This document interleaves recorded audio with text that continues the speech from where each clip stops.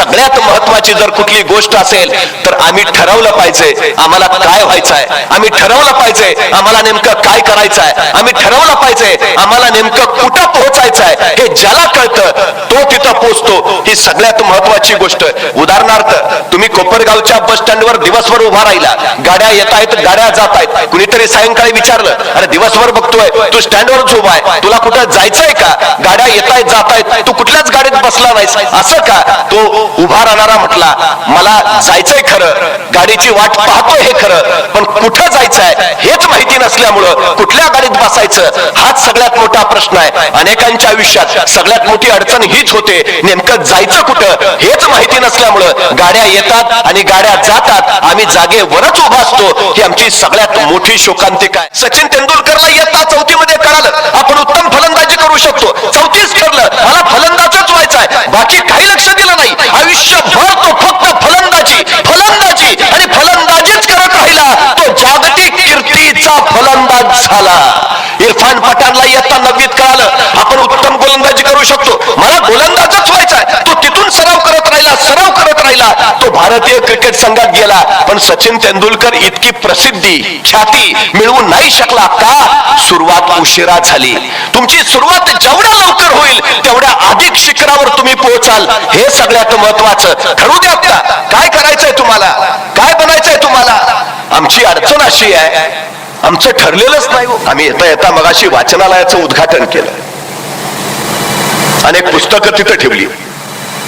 खरं तर पुस्तकांनी मस्तक सुधारतं आणि सुधारलेलं मस्तक कुणाचं हस्तक तर होत नाहीच, पण लाचारीनं कुणापुढं नतमस्तक सुद्धा होत नाही. ही सगळ्यात महत्वाची गोष्ट आहे. जी जी माणसं मोठी झाली त्यांच्या मोठेपणाचं त्यांनी एकच कारण सांगितलं की आम्ही पुस्तकं वाचली, अफाट पुस्तकं वाचली.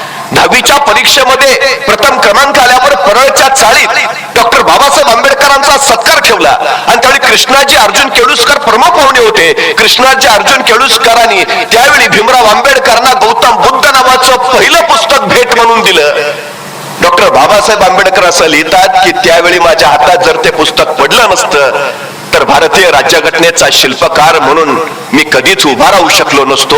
ही सगळ्यात महत्वाची गोष्ट आहे. एक पुस्तक हाताशी पडतं आणि मोहनदास करमचंद गांधी यांचा महात्मा होण्याच्या दिशेनं प्रवास सुरू होतो. ही सगळ्यात महत्वाची गोष्ट आहे.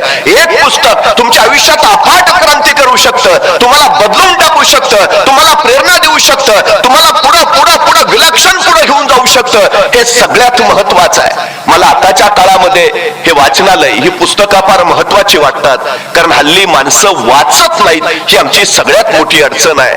आता व्हॉट्सअपचं सैन्य फेसबुकच्या भिंती लढवत इन्स्टा आणि ट्विटरवरनं तोफगोळे सोडण्यात मग्न आहे. ही आमची अलीकडची अडचण आहे. खरं तर आता वडीलच मोबाईल मध्ये गुंग असतात, त्यामुळे पोरग पुस्तक घेऊन कसं बसेल हा सगळ्यात मोठा चिंतनाचा विषय आहे. नवी पिढी आपलं अनुकरण करणारी असते, आपण जसं वागतो तशीच ती घडते. ही सगळ्यात मोठी गोष्ट आहे. त्यामुळे आपण काय वाचतो आहोत याचं चिंतन आणि मंथन आता झालं पाहिजे. एक अत्यंत श्रीमंत गडगंज असणारी स्त्री होती, प्रचंड पैसा होता आणि प्रचंड पैसा असल्यामुळं कामच काही नव्हतं, करायची गरजच नव्हती, त्यामुळे वेळही अफाट होता. आणि मग या मॅडम काय करायच्या, रोज सकाळी गाडी बाहेर काढायच्या, ड्रायव्हरला सोबत घ्यायच्या, पैशांना बॅग भरायच्या आणि मोठमोठ्याला मॉलमध्ये स्टॉलमध्ये जाऊन खरेदी करत बसायच्या. पैसा अमाप आहे, वेळ अमाप आहे, दोन्ही घालवायचा आहे, घालवावं कुठं असा प्रश्न त्यांना पडायचा आणि तासोन तास त्या खरेदी करत बसायच्या. एके दिवशी एका मॉलमध्ये त्या महिला गेल्या, खरेदी करत राहिल्या. 2-2.5 तासानंतर त्या परत आल्या, गाडीजवळ पोहोचल्या. गाडीच्या काचेवर त्यांनी टकटक केलं, पण ड्रायव्हर पुस्तक वाचण्यात मग्न होता. त्या मॅडमला काही कळेना, त्यांनी परत जोरात हाका मारल्या. तो ड्रायव्हर पुस्तक वाचण्यात मग्न आहे, त्याला परत काही कळेना. शेवटी पुढे गेल्या, काचेवर हात फिरवला, तो ड्रायव्हर पुस्तक वाचण्यात मग्न आहे. शेवटी जोरात त्यांनी दार आपटले. त्यावेळी तो ड्रायव्हर भानावर आला, पुस्तकात नजर त्यानं बाजूला काढली, दार उघडलं, मॅडमला बसवलं, सामान ठेवलं. त्या मॅडम गाडीत बसल्या. ड्रायव्हरला वाटलं आता मॅडम चिडणार, संतापणार. पण गाडी सुरू झाल्यावर त्या मॅडमने त्या ड्रायव्हरला प्रश्न विचारला, तू इतका मग्न होतास, मी इतक्या हाका मारल्या, इतक्या वेळा तुला त्या पुस्तकातनं बाहेर काढायचा विचार केला, तरी तू त्यातनं बाहेर पडला नाहीस, तू काय करतोयस, तू एवढा मग्न कसा झालायस की तुला काय वेळेचं सुद्धा भान नाही, आजूबाजूला काय चालतंय त्याच्याकडे तुझं लक्ष नाही, असं काय आहे? तो ड्रायव्हर ड्रायव्हर म्हणाला, या पुस्तकात जीवनाचं सार आहे. जेव्हा जेव्हा मला वेळ मिळतो तेव्हा तेव्हा मी पुस्तक काढून बसतो आणि पुस्तक वाचत राहतो. पुस्तक वाचता वाचता मला सगळं विसरायला होतं. बस मला ज्ञान मिळतं, माहिती मिळते, समाधान मिळतं, शांती मिळते. त्या मॅडमनी विचारलं, अरे त्याच्याच शोधात तर मी आहे. मी खरेदी करत 2-2 तास का घालवते? माझ्याकडे वेळ भरपूर आहे, पैसा भरपूर आहे, पण समाधान नाही, शांती नाही, ज्ञान नाही. हे कुठे मिळतं पुस्तक? चल मला तिथं घेऊन चल. त्या ड्रायव्हरनं त्या मॅडमना एका पुस्तकाच्या लायब्ररीमध्ये घेऊन गेला आणि या मॅडमनी त्या लायब्ररीमधनं प्रचंड मोठी पुस्तकं खरेदी केली. गाडी पुस्तकांनी भरली आणि ती घरी आली. त्या दिवसापासून त्या मॅडमनी फक्त आणि फक्त पुस्तकं वाचायला सुरुवात केली. आता त्यांना वेळ पुरत नव्हता. आता कुठं जाऊन काय करावं याची गरज पडत नव्हती. त्या अखंडपणे फक्त वाचत राहिल्या, वाचत राहिल्या, वाचत राहिल्या. आता खरेदीला बाहेर पडायच्या त्या फक्त पुस्तकं खरेदी करायला. अखंडपणे त्यांचं वाचन चालू झालं. काळ काळ काळ सरत राहिला. एके दिवशी त्यांच्या घराच्या दारावर टकटकचा आवाज आला. या वाचनात मग्न होत्या. बराच वेळ दार वाजत राहिलं. शेवटी वैतागून उठल्या. दार उघडलं. दारात कुणीतरी अनोळखी होता. त्या मॅडमने विचारलं, कोण हवाय? तो दारातला व्यक्ती म्हणाला, तुम्ही हवे आहात. मी तुम्हाला न्यायला आलोय. अहो पण तुम्ही कोण? मी यमराज. या पृथ्वी तलावरचं तुमचं आयुष्य संपलंय. मी तुम्हाला न्यायला आलोय. चला. त्या मॅडम म्हणल्या, वेडायस का काय? काल तर 40 पुस्तकं घेऊन आली, आताशी 5च संपलीत, अजून 35 वाचायची शिल्लक आहेत आणि कुठे घेऊन चला? पुस्तकं वाचल्याशिवाय मी तुझ्या बरोबर येणार नाही. मला उरलेली नवीन आणलेली सगळी पुस्तकं वाचू दे, मग मी तुझ्या बरोबर येते. मला येताच येणार नाही. यमराज म्हणला, असं असतं का कुठं? मी न्यायला आलोय, संपलाय तुमचा काळ, चला बरोबर. मी येणार नाही. त्या मॅडम ऐकायलाच तयार नाही. मग करू काय मी? थांब, माझी पुस्तकं वाचून होईपर्यंत इथंच थांब. पुस्तकं वाचून झाली की मी येते तुझ्या बरोबर.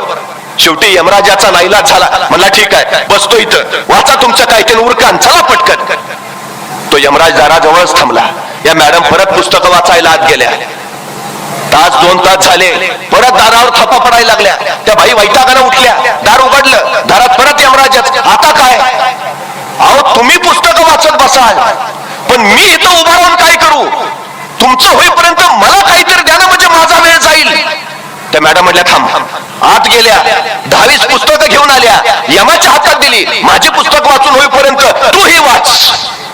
यमराजानं पुस्तकं घेतली आणि यमराज तिथंच बसला. पुस्तकच वाचतोय, पुस्तकच वाचतोय. यमराज सुद्धा पुस्तकं वाचण्यात इतका वेडा झालाय की आता माणसांना न्यायला यमराज खाली येत नाही.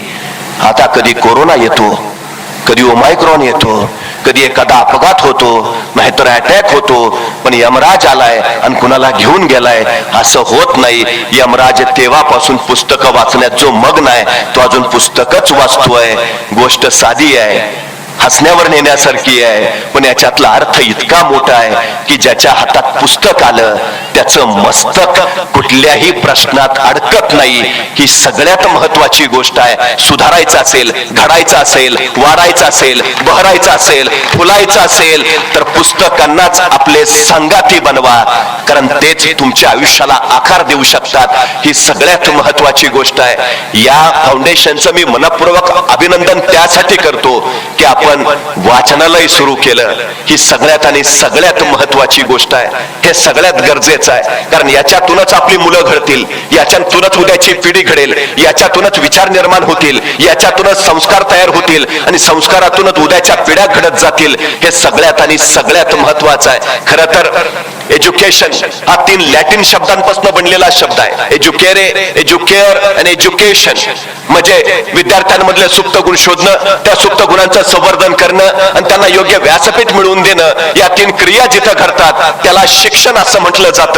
पण दुर्दैवानं अलीकडच्या शिक्षण पद्धतीमध्ये आम्ही विद्यार्थ्यांमधले सुप्त गुण खरंच शोधतो का? त्या सुप्त गुणांचं संवर्धन करतो का? आणि त्याला योग्य व्यासपीठ मिळवून देतो का? हा सगळ्यात मोठा चिंतनाचा विषय आहे. वाचलं पाहिजे, वाचत राहिलं पाहिजे, त्याच्यातून विचार तयार होतात, विचारातून आचार घडतात. पण या वाचनाला एक शिस्त हवी. शिस्तीतनं तुम्हाला जे बनायचं आहे त्याची दिशा कळायला हवी, ती मिळायला करायला हवी यासाठी अभ्यासक्रमाचा आराखडा आखण्यात आला आणि मग तुम्हाला कुठं जायचं आहे यासाठी त्याच पुस्तकांचा एक अभ्यास तुम्हाला देण्यात आला. पण सगळ्यात महत्वाची गोष्ट, आमचं अलीकडचं शिक्षण हे मार्कांपुरतं मर्यादित झालं. उत्तम मार्क पडावेत यासाठी वाचन आमचं झालं, पण शिकावं, ज्ञान मिळवावं यासाठी किती वाचतात हा सगळ्यात मोठा चिंतनाचा आणि महत्वाचा विषय आहे. मानवी जीवनामध्ये पैसा जितका महत्वाचा, विद्यार्थी जीवनामध्ये मार्क तितका महत्वाचा, ही सगळ्यात महत्वाची गोष्ट झाली. पण एक गोष्ट आपण लक्षात घेतली पाहिजे, सगळ्यात महत्वाची गोष्ट आहे की तुम्हाला उत्तम घडता आलं पाहिजे, सर्वोत्तम बनता आलं पाहिजे आणि तुम्ही सर्वोत्कृष्ट झालं पाहिजे. यासाठी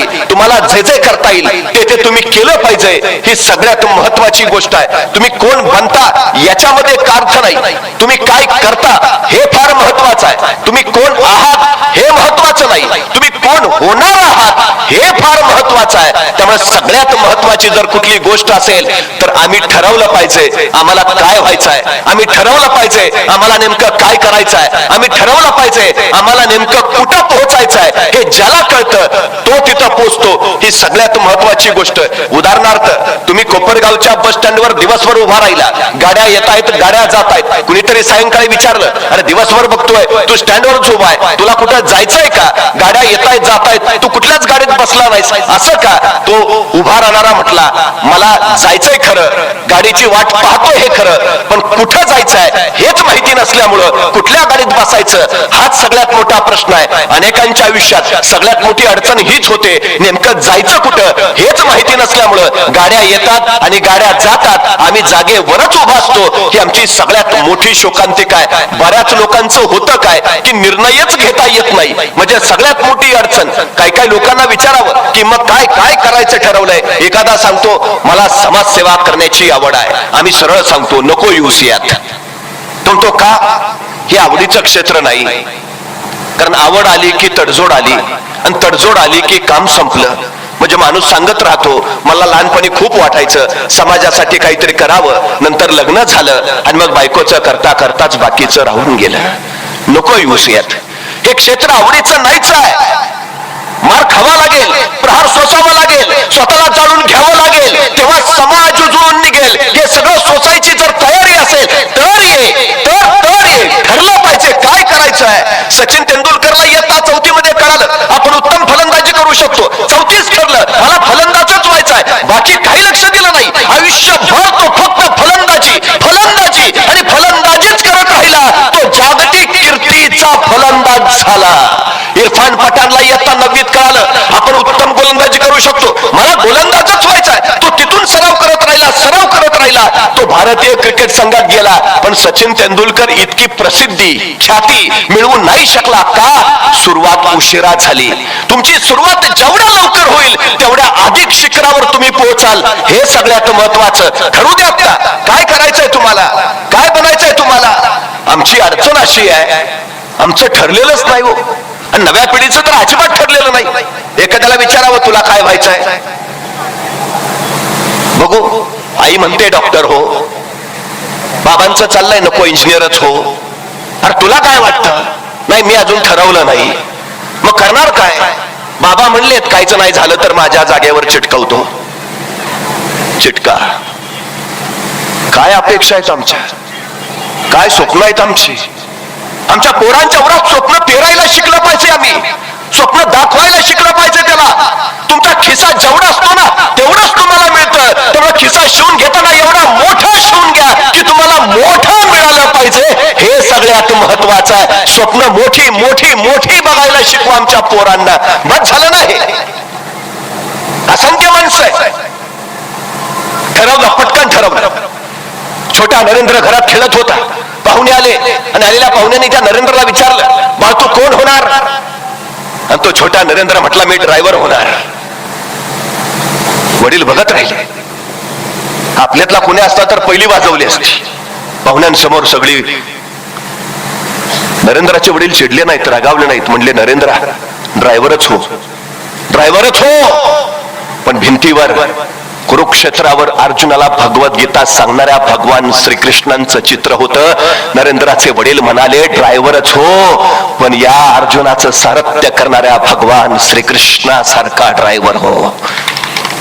स्वप्न दाखवता येतात, मोठी मोठी स्वप्न दाखवता येतात. तेच नरेंद्र वयाच्या 23व्या वर्षी अमेरिकेच्या शिकागोच्या धर्म परिषदेमध्ये उभा राहिले. भारतीय धर्म संस्कृतीची पताका त्यांनी फडकावली. Brothers and sisters of America आणि अफाट टाळ्यांचा कडकडाट झाला. समोरच्या प्रत्येक व्यक्तीला वाटलं हो हो हा माझा भाऊ आहे. मानवतेची घातलेली साथ त्या प्रत्येक अमेरिकनच्या काळजाला स्पर्श करून गेली. अरे हो भाऊ आहे. हा 23 वर्षाचा युवक मला भाऊ मानतोय. या 2 शब्दांनी नरेंद्रचे विवेकानंद झाले. तुमचं ध्येय ठरलेलं असेल, ते विलक्षण मोठं असेल, जगाच्या कल्याणाचा वेग त्यात असेल, तर जे असेल ते अंतःकरणापासून येतं आणि जे आतून येतं ते तुम्हाला घडवतं, मोठं करतं, विलक्षण व्यापक बनवतं. स्वप्न स्वप्न स्वप्न मोठी ठेवा पोरांची. त्याला दाखवा, अडचण काहीच नाही. तू करू शकतोस, तुला होईल, करशील तू. काही माणसं चुका शोधतात आणि ज्यांची मुलं यशस्वी होतात ना, त्यांचे पालक मुलांचं कौतुक करायची संधी शोधतात. आम्ही काय शोधतो? तो न्यूटन सफरचंदाच्या झाडाखाली बसला, सफरचंदाचं फळ खाली पडलं आणि त्याच्या डोक्यात प्रश्न आला, हे खालीच का पडलं? ही जिज्ञासा त्याला गप्प बसू देईना आणि त्या न्यूटनच्या जिज्ञासेतून गुरुत्वाकर्षणाचा शोध लागला आणि सगळं जग बदललं. आमच्या पोरांना प्रश्न पडतात, जिज्ञासा संपून टाकली आम्ही, प्रश्नच पडत नाहीत आम्हाला. ही आमची अडचण आहे सगळ्यात मोठी. विचार करा, न्यूटनच्या जागी आपला पोरगा तिथं आहे, सफरचंद खाली पडलं, तो पाहिला इकडे तिकडे बघेल. प्रश्नाचा विषय सोडा. आणि जरी एखाद्याला प्रश्न पडला, खालीच का पडलं, आणि त्यांनी बाबांना विचारलं, बाबा खालीच का? खाना ग, तुम आम खाओ ना, गुठलिया क्यों गिनते हो? संपली जिज्ञासा. जग सुधारलंय कशातून? व्यापक कशातून झालं? हे शोध कशातून लागले? जिज्ञासेतून ज्याला प्रश्न पडले त्याने उत्तर शोधली, त्या उत्तरातून विकास झाला. हे सगळ्यात महत्वाचं आहे. छत्रपती शिवाजी महाराजांकडे ही जिज्ञासा होती. सुरतेवर हल्ला केला, इंग्रजांच्या वखाऱ्यामध्ये महाराज शिरले. आता या छाप्यामध्ये मिळवायचंय काय? पैसा, संपत्ती, सोनं नाणं काय जे असेल, पण महाराजांची नजर जिज्ञासू आहे. ते विचार करतात इंग्रज हुशार, इंग्रज विज्ञानात पुढे गेलेले, काहीतरी वेगळं असेल, या इंग्रजांकडे काहीतरी वेगळं असेल. महाराजांची जिज्ञासू नजर फिरफिरत राहिली आणि सापडलं एक कसलं तरी यंत्र महाराजांना सापडलं आणि महाराजांनी ते उचललं, सोबत आणलं. यंत्र उचलून आणलं खरं, पण यंत्र कशाचं आहे तेच महाराजांना माहिती नाही. जिज्ञासा बघा महाराजांची. महाराजांनी पुन्हा इंग्रजांनाच पत्र लिहिलं, ते परवा टाकलेला छापा आम्ही, ते तुमचं यंत्र आणलंय उचलून, पण कशाच आहे ते सांगता का? इंग्रजांनाच विचारतायत. नाही सांगितलं इंग्रजांनी, यंत्र कशाचं आहे ते सांगितलं नाही. पण महाराज स्वस्त नाही बसले, शोध घेतला, कशाचं यंत्र आहे, काय उपयोग आहे याचा? आणि महाराजांना कळालं, हे छापाई करायचं यंत्र आहे. उत्तम उत्तम उत्तम, छापाई करायचं यंत्र. आणि ग्रंथ छापता येतील, ज्ञान प्रवाहित करता येईल, तळागाळापर्यंत ज्ञान पोहोचवता येईल. हे छापा यंत्र सुरू व्हायला हवं. महाराजांनी इंग्रजांना पत्र पाठवलं. ते छापा यंत्र चालवणारा एखादा माणूस पाठवता का? नाही पाठवला इंग्रजांनी. जेवढा काळ महाराज सुरत मध्ये होते तेवढा काळ महाराज ते यंत्र चालू करायचा प्रयत्न करत होते. अखेर महाराज सुरतवरनं निघाले आणि जाताना ते छपाई यंत्र त्यांनी सुरतच्या भीमजी पारेख नावाच्या माणसाला दिलं आणि सांगितलं, हे यंत्र चालू करा, छपाई कला सुरू करा. महाराज पुढे महाराष्ट्रात निघून आले आणि महाराजांनी दिलेलं यंत्र त्या भीमजी पारेखनं सुरू केलं आणि सुरत मध्ये हिंदुस्थानातला पहिला छापखाना सुरू झाला. आजही तो तिथं आहे आणि त्या छापखान्याचं नाव आहे श्री शिवाजी छापखाना. भारतातल्या छपाई कलेचे उद्गाते महाराज आहेत. ही जिज्ञासा तुम्हाला बळ देते. काय काय काय काय करायचं, पुढं पुढं अधिक कसं शोधायचं. आमच्या पोरांना प्रश्न पडू द्या, त्याची उत्तर द्या. त्यातूनच उद्याचं जग घडणार आहे, जग बदलणार आहे. हे सगळ्यात महत्वाचं. प्रश्न पडायला हवा. आमची अलीकडची अडचण आहे तिची आहे, आणि या प्रश्नातच त्याच्यात काय आहे ते आम्हाला कळतं. पाश्चात्य राष्ट्रांमध्ये विद्यार्थ्यांच्या नैसर्गिक गुणांची कल चाचणी घेतली जाते आणि त्याच्यानंतर त्याचं कार्यक्षेत्र ठरवलं जातं. दुर्दैवाने आमच्याकडे तो प्रकारच अस्तित्वात नाही. ज्याला डान्सची आवड आहे त्याला मी गणिताचे प्रमेय सोडवायला सांगतो. ज्याला सचिन तेंडुलकर व्हायचं आहे त्याला मी इतिहासाचा अभ्यास करायला बसवतो. ज्याला खरंच इतिहासाची आवड आहे त्याला मी तू गोलंदाज झाला पाहिजे उत्तम म्हणून सांगतो. आमच्यात असणाऱ्या नैसर्गिक गुणांची ही हेळसांडच नाही का? काय आहे ते शोधा ना, काय आहे त्याच्यात? पहिल्यांदा हे शोधलं, शिक्षण त्याला म्हणतात. काय आहे ते शोधा. दुर्दैवाने आमच्याकडे हे घडत नाही, म्हणून 100 कोटी लोकसंख्या असणाऱ्या आपल्या देशाला ऑलिम्पिक मध्ये कसं तरी एखादं स्वर्ण पदक मिळतं आणि अवघी 10 कोटी लोकसंख्या असणाऱ्या जपानला मात्र 100 स्वर्ण पदक कमावता येतात. याचं कारण ते मुलांच्या गुणांचा शोध घेतात आणि त्याला त्याचाच विकास करायला लावतात. सचिन तेंडुलकर इयत्ता 12वीला इंग्रजीत नापास आहे, पण 12वीच्या इंग्रजीच्या पुस्तकात आज सचिन तेंडुलकर वर धडा आहे. यशाचा धडा गिरवायला एवढा धडा पुरेसा आहे. आमच्या मुलांना गर्दीतले काय बनवतात, त्याच्या माग गर्दी कशी येईल असा का नाही विचार करत आम्ही. हे सगळ्यात महत्वाचं आहे. मी मगाशी दरेकरांना विचारत होतो, तुमच्यातली किती मुलं स्पर्धा परीक्षेला जातात? डॉक्टर, इंजिनियर, वकील, प्राध्यापक हे चाकोरी आहे, ठरलेलंच आहे. नवे क्षेत्र किती निर्माण करतात? आम्हाला जमणार नाही का? काय अडचण आहे? तुम्हाला माहिती आहे एरोडायनेमिक्सच्या नियमानुसार फुलपाखरू आकाशात उडू शकत नाही. त्याच्या शरीराची रचनाच अशी आहे की फुलपाखरू आकाशात उडूच शकत नाही, तरी फुलपाखरू उडतं का? कारण फुलपाखराला एरोडायनेमिक्सचा नियमच माहिती नाही. तुम्हाला माहिती आहे तुम्हाला हे जमणार नाही. तुम्हाला माहिती आहे तुमच्या हातून हे होणार नाही. माहिती कशाला करून देत? आमची अडचण काय माहितीये? आमचा पोरगा काहीतरी नव्या वाटा चोकाळायला लागला. नव्या वाटा तुला जमणार आहे का? ते आपल्या घराण्यात कुणी केलंय का? कशाला उगाच माहिती आहे? आमच्या मुलाने विचारलं हे करू का? तू गप रे, आपण करतो ना, गप रे, आपण गाढवा गा, विषय संपला. तुम्हाला माहिती आहे महाराष्ट्रातल्या सगळ्या घाट रस्त्यांचे शोध गाढवानी लावले. गाढवाकडे अलौकिक गुण आहे. त्याच्या गळ्यात घंटा बांधायचे, जन्मत सोडून द्यायचे आणि त्या घंट्याच्या आवाजाच्या मागे मागे माणसं जात राहायचे. अत्यंत जवळचा मार्ग शोधून काढतं गाढव. सगळ्यात जास्त क्षमता आहे त्याच्यात. सगळ्या घाट रस्त्यांचा शोध गाढवानी लावलाय. मग जेवढे आम्ही आमच्या पोरांना गाढव म्हणतो तेवढी त्या गाढवासारखा एक तरी अलौकिक गुण त्याच्यात असेल ना. काय आहे तो? शोधा ना, त्याचा विकास करा ना. जगातलं सगळ्यात श्रीमंत ठिकाण कुठलं? स्मशान.